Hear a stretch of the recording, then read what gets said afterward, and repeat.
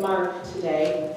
And when we hear these writings of Jesus, sometimes we don't know where they fit into his ministry and life story unless we check through the scriptures.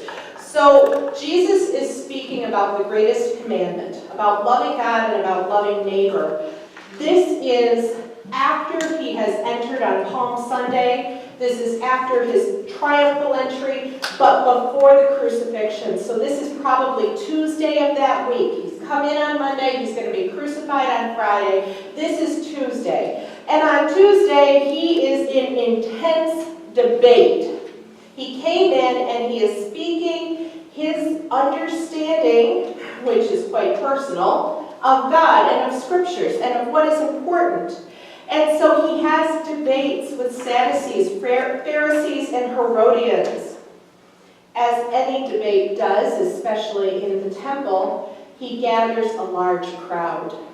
People are watching, and one of these spectators that comes upon him is a scribe. Now, in Scripture, scribes are kind of given a pretty bad rap. They're usually the ones to challenge Jesus. They're usually the ones to be kind of negative and against him. But this particular one speaks positively about what he's hearing from Jesus. And he turns and asks Jesus, which commandment is the greatest? Now, this may not be as big a question to us because we've already read the end of the book. We know what Jesus says. But back then, the scribes had been arguing this for generations. They had been trying to figure out what was the most important commandment. See, when we think of commandments, we think of the 10 Commandments. How hard is it to order them? There's just 10 of them. But that's not what they thought of back then. See, the Jews back then would have looked at the whole Torah, the whole Old Testament books of law as commandments. 613 of them. 613 commandments. So of these, Jesus, which is the most important? That's what they're asking. See, with that many commandments, there must be some kind of priority. There must be some way to order them. And so Jesus answers. Jesus answers by quoting the Old Testament. He turns and says, when asked what is the greatest or the foremost, the most important commandment, he quotes from Deuteronomy. The foremost is, hear, O Israel, the Lord our God is one Lord. You shall love the Lord your God with all your heart, with all your soul, with all your mind, with all your strength. Jesus appeals to these traditional Jews with the traditional Jewish confession of faith, a basic statement of the law when he gives his answer. However, he doesn't stop there. See, Jesus doesn't just answer the request of the scribe. He adds to the foremost commandment. Jesus says, the second is this, you shall love your neighbor as yourself. This is a quote from Leviticus, also from the Old Testament. The Leviticus version says, you shall not take vengeance nor bear any grudge against the sons of your people, but you shall love your neighbor as yourself. I am the Lord. See, Jesus takes both of these two Old Testament statements and he puts them into one. When you read Mark, it says, it gives the first, the foremost commandment, but then it says the second is like it. The word like means on same par. It's on the same foundation. It's just as important. The second commandment Jesus is about to say is as necessary as the first. It is just as necessary to love your neighbor as it is to love your God. This is what Jesus is saying. The two commandments, love God with my whole being and love my neighbor as myself, go hand in hand. They cannot be separated. This is what Christ is saying. Jesus did not give an order in which the laws were to be obeyed, which is what the scribe was looking for. Rather, he gave a summary of these laws. A totally different way of looking at it. He is saying, these 613 commandments, if you want to keep them, love your God and love your neighbor. You will have kept them. Now, I don't want to take anybody's surprises away, but in the last 2.5 years that I have been here, I have consistently preached the same thing in different packages. Have you seen it?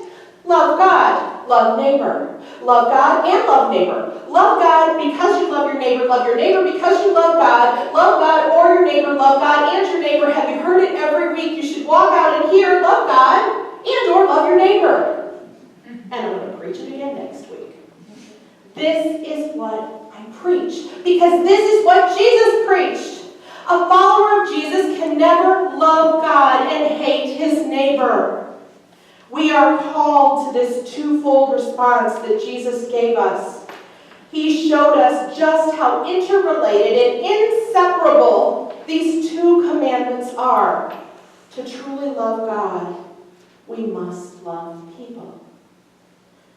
Yet love is perhaps the most difficult commandment.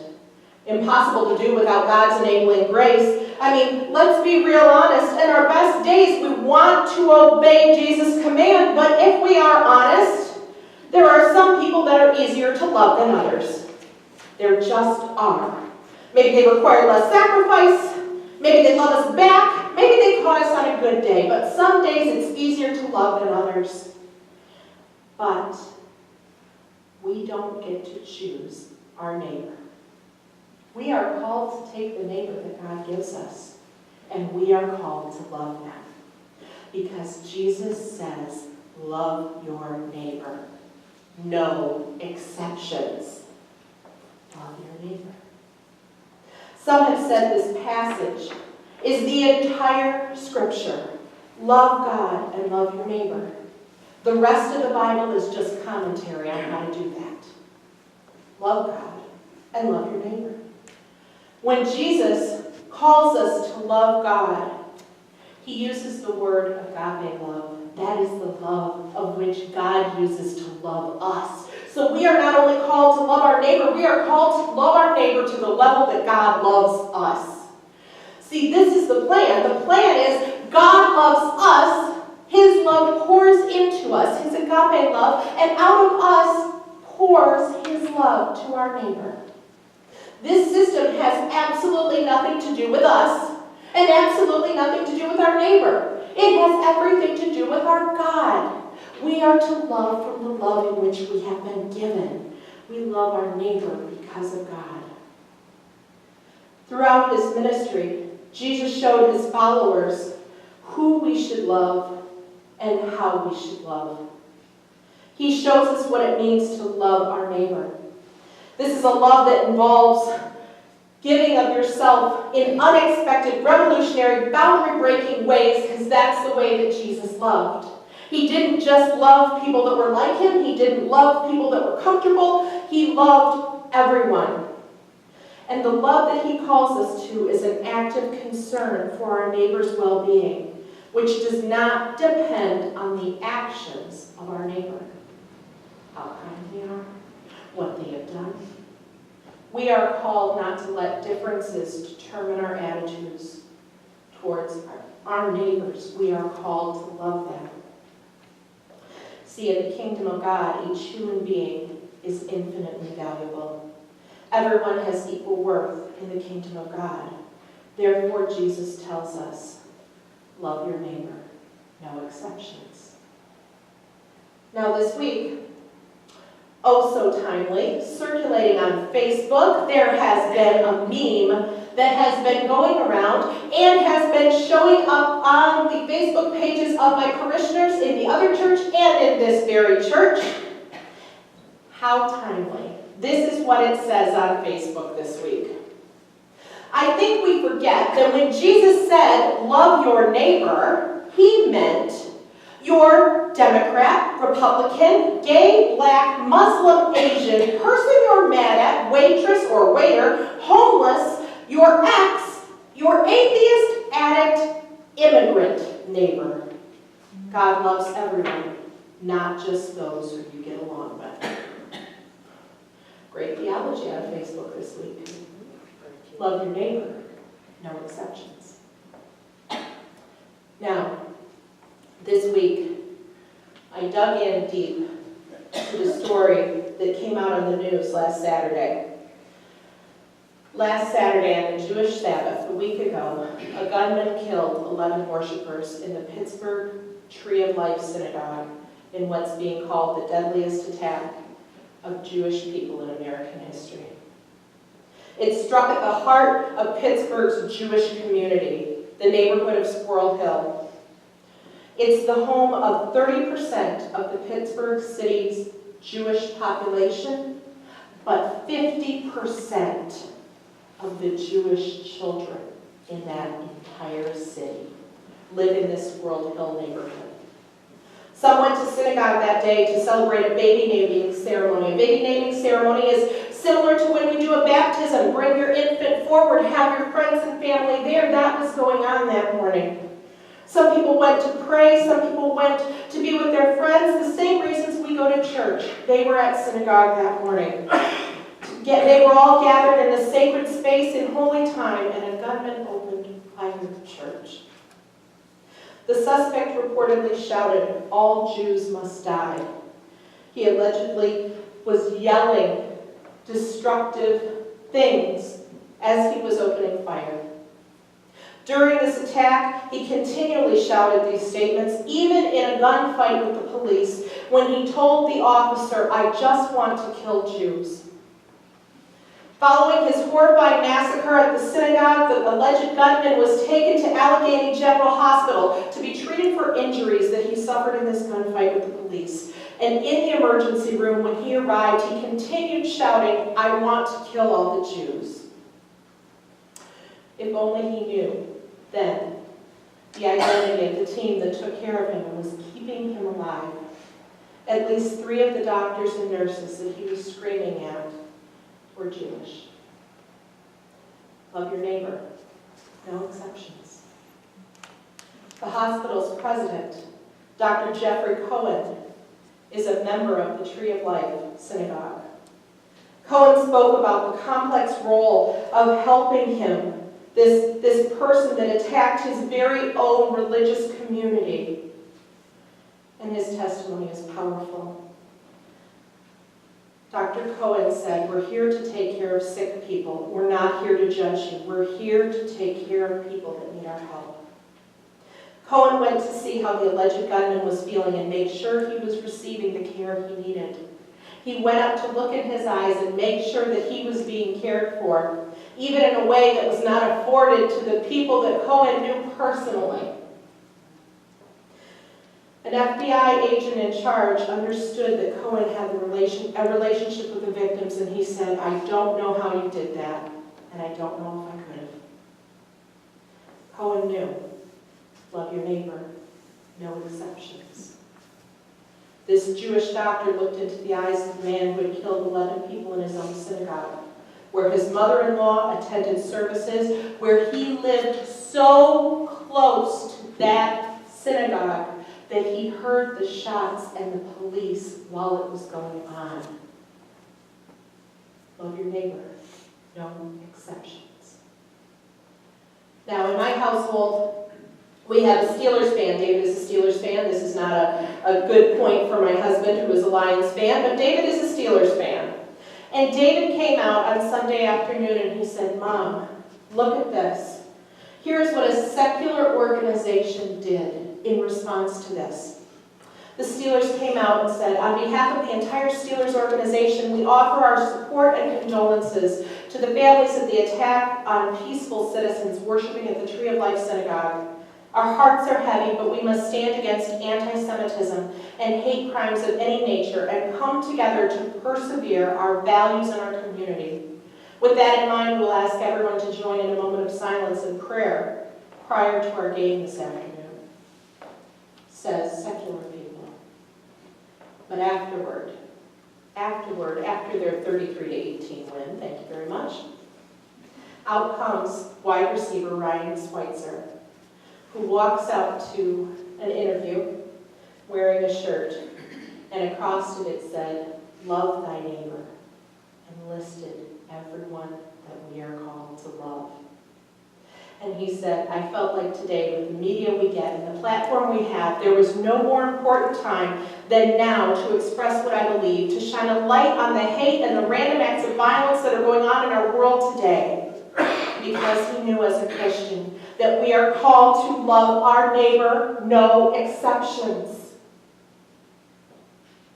in a city one state over, in Akron, Ohio, maybe 100 miles away, there was a temple that was just as shook, a Jewish temple, knowing that their sister temple not far away had been under this attack the day before, and they walked in and they looked down the next morning, and written across the sidewalk in front of their temple was, in chalk, "You are loved."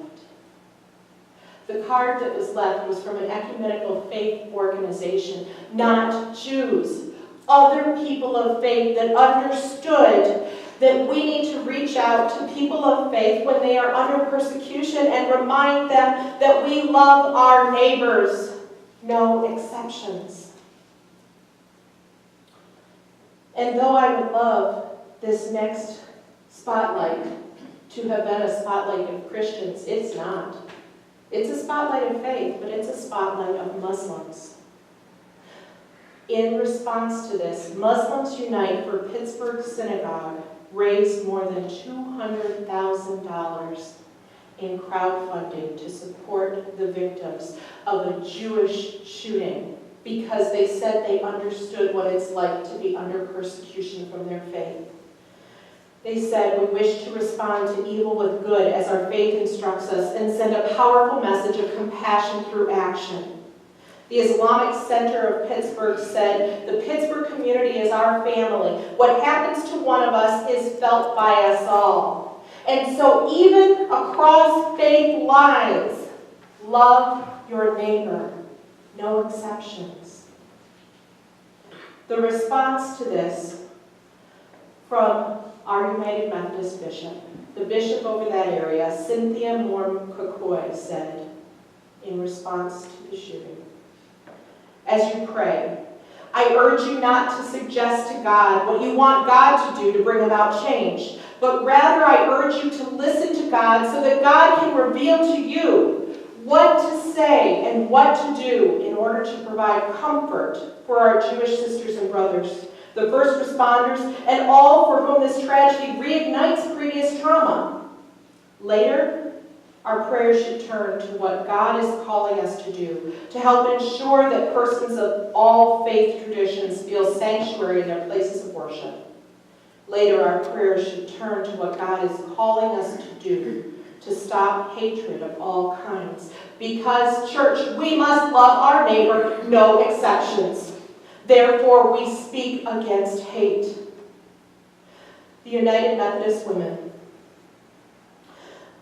nationwide organization, worldwide organization, decided to respond to this. Many of us, in fact, if you are a United Methodist woman, you are a United Methodist woman. You are part of this. And the United Methodist Women said, "At this time of rising vitriol, racism, hate, and violence, in a world born of deep economic crisis and global shifts, it is time for the church to speak out.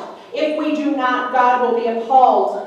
We feel compelled to raise a prophetic voice challenging the climate of distrust, distortion of truth, and fear, shifting the conversation to our common future. We are called as United Methodists, United Methodist women, some of us, to love our neighbor, no exceptions." As I was considering this sermon, thinking about loving my neighbor, I, of course, thought about Fred Rogers, Mr. Rogers. Fred Rogers was a Presbyterian minister who started his neighborhood show in Pittsburgh, the town where the shooting happened. In fact, his personal home was so close to the area of the shooting that for decades, the residents in this area referred to themselves as Mr. Rogers' neighborhood because he lived there.